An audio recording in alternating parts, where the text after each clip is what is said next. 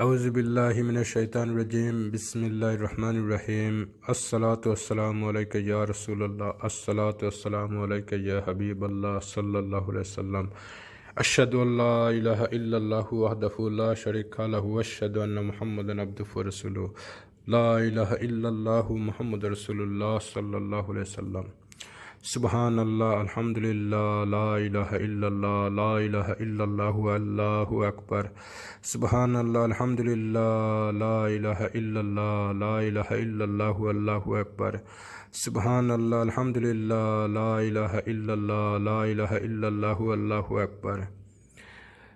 Basically, black magic or jadoo is a form of external spirit which is being sent to attack a person in a bad form with bad intention to destroy, ruin, stop, jeopardize, or put this person down. Black magic and jadoo can actually kill a person. It can affect the person himself or herself. It can also affect the families.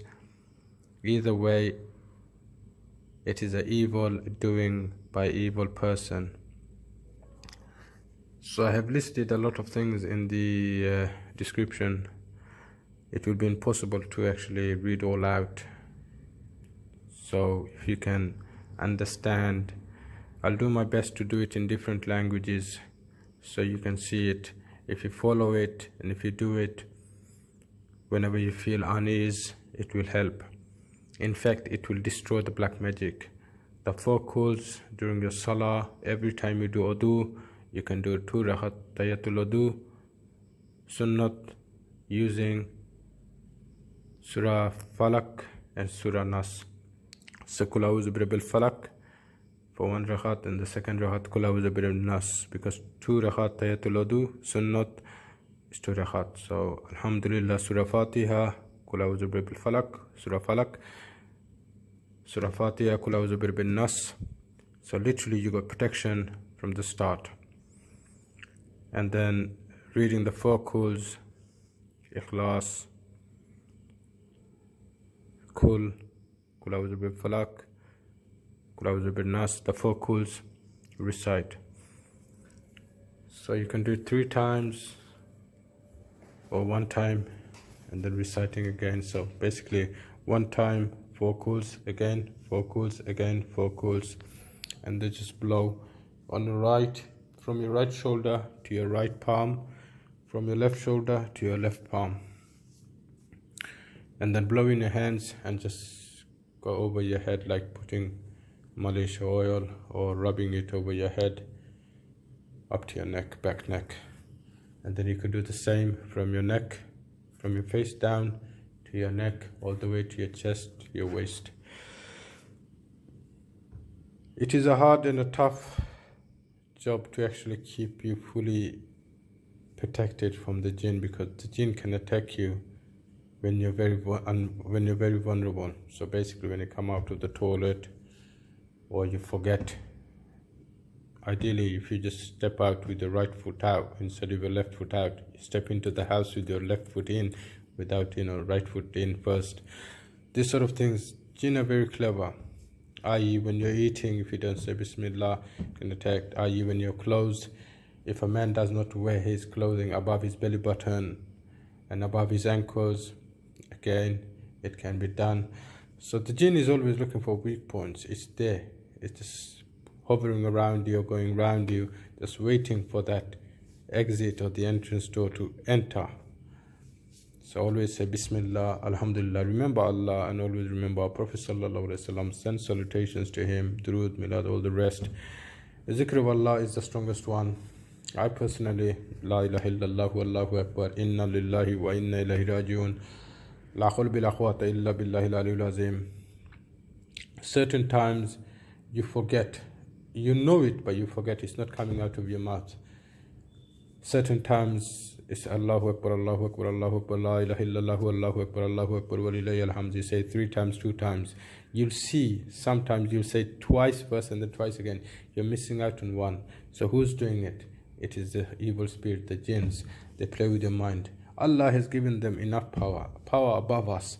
The only thing that can defeat them is our iman. The stronger our iman, they stay away from us, they're scared of us.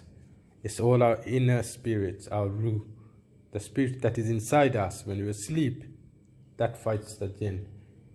In the dreams you will see you going places. It is not you going, but it is your ruh that comes out, your spirit within you. The inner spirit comes out and it goes to places, travels places. I personally experienced it.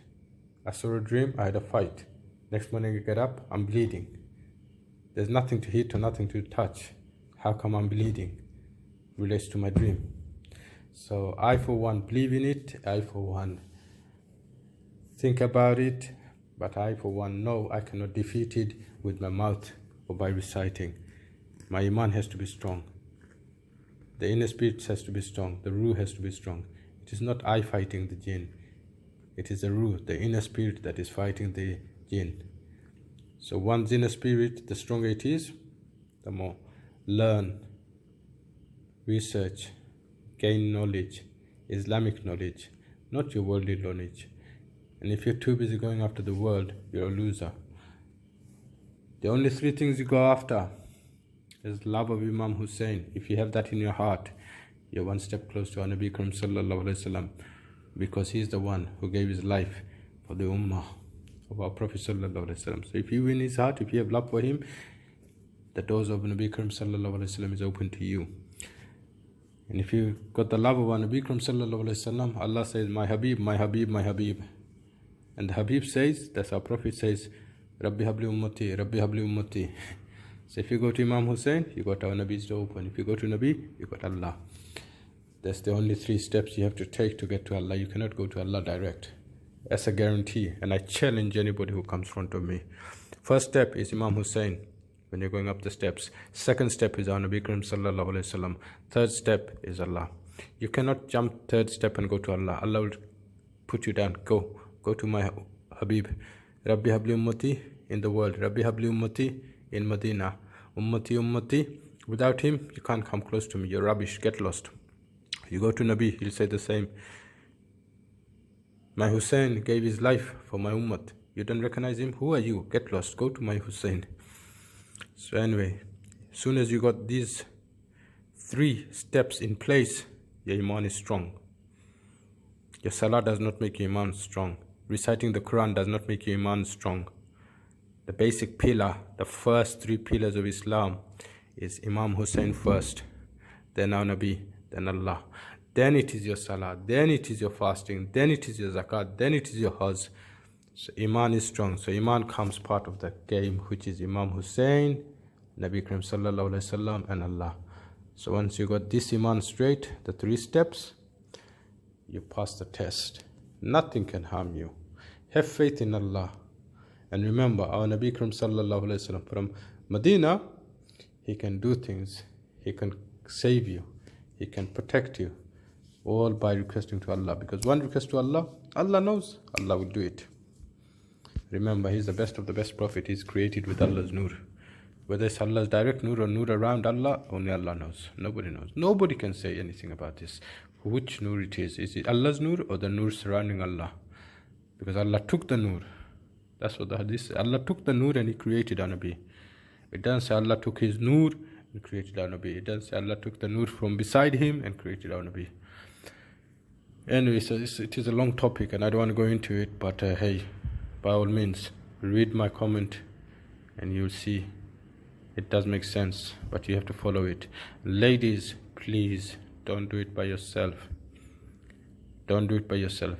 If you want, get a mahram, let them do it. You can sit beside them, not behind them. Sit beside them. Ideally, if you're the wife on the left side, if you're the sister on the right side, you have to follow the code of conduct. Remember, the left side is for the woman, your wife, your partner. Right side is ideally your mother, your sister, your daughter. Okay? Anyway, I hope that helps you to get through your unease, your bad condition. And if you have some form of spirits playing around in your house or within yourselves, that's it. There is no full recovery from this. Okay, there is no full recovery. It will always stay with you. The only time you can feel fully recovered is when you say life is changing. You're not falling back in your prayers, because the first sign is you falling back on your prayers, and the other sign is a lot of sleep, feeling hungry, always feeling angry. This is the devil's act, the shaitan, the jinns. Not communicating with people, being isolated. Sometimes it is good to be isolated when you're in the deen, when you're praising Allah. It is good to stay away from all these worldly desires and worldly talks. It's rubbish, all rubbish. It is Allah and His Rasool and Imam Hussein, the three. Okay. For women, it is Fatima Zahra, the queen on the Day of Judgment, to Jahan Sardani, and all these people who rant, and especially female, they think of Ali so much. On the Day of Judgment, what would you answer to Fatima Zahra? You are after Ali? Go to Ali now. Ali won't be there on the Day of Judgment. It will be Nabi Karim Sallallahu Alaihi Wasallam, Imam Hassan, Imam Hussein for the men, young and old, and for the woman it will be Fatima Zahra. So it is better for you to do nasheed and naats and zikr of Fatima Zahra, not zikr durud of Fatima Zahra, and not Ali. Hazrat Ali is just Hazrat Ali, Imam Ali. Okay? Sher Ali, Sher Khuda, sorry, not Sher Ali, Sher Khuda, the Lion of Allah. Khuda means Allah. So Sher Khuda, Hazrat Ali, not Mawla, sorry. Mawla means Lord. I will never ever call Hazrat Ali Mawla Ali, never. He is Hazrat Ali, Sher Khuda, Imam Ali. Okay? That's it. Mawla is only for Allah. Allah Malik, Allah Mawla, Allah Rab. I hope you don't get offended by my speeches, but hey, I know what I'm talking. Do you? You're following in the footsteps of your forefathers, deaf, dumb and blind. Read the Holy Al-Quran. Okay? Something which has not been said in the Quran, don't believe the word of Hadith, because Sahih Bukhari and Sahih Hadith are man written hundreds of years after our Prophet, maybe. Nobody knows. Not everything was jotted down straight away as our Prophet said it. It was written down after 100 years, 200 years, 500 years. Everything was gathered later on. So something Allah never said, something our Nabi never said, has been put in there. Those are the five worshippers. Five worshippers, Persian, all these region, Afghanistan, Pakistan region. Hazrat Ali dominated that area. Iran, part of Iraq. So therefore, mainly the Shias, they believe that Hazrat Ali was something. Not all Shias. They believe he was the fire, the flame. You give them the chance. They are calling him Mawla Ali, which means Lord Ali. Nobody's Lord. That's what the Hindus did. They start calling all these prophets Lord. And what happened? They got destroyed. They're out of the history. Okay?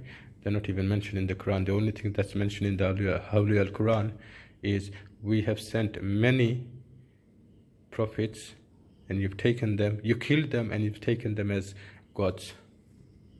It's all written in the Holy Al-Quran. You need to read the Quran and study the Quran. One word in the Quran has several meanings. And if you think Mawla Ali is Mawla Ali, good for you. Because on the Day of Judgment, Allah will call him. Did you not associate partners with me by calling Ali Mawla? Mawla means, look at the definition. Definition of Mawla means Lord. Some people do things and then they wonder what's going on. Yes, you will see worldly gain. But hey, on the Day of Judgment, the question will be, you associated partners to Allah. Lord is only the word for Allah. It's only preserved for Allah. Mawla is Allah, not Ali. Then why didn't you say Mawla Muhammad? You can't. You see? Deaf, dumb and blind, following in the footsteps of your forefathers. Deaf, dumb and blind, following in the footsteps of your forefathers. Deaf, dumb and blind, following in the footsteps of your forefathers. Wake up, wake up, wake up.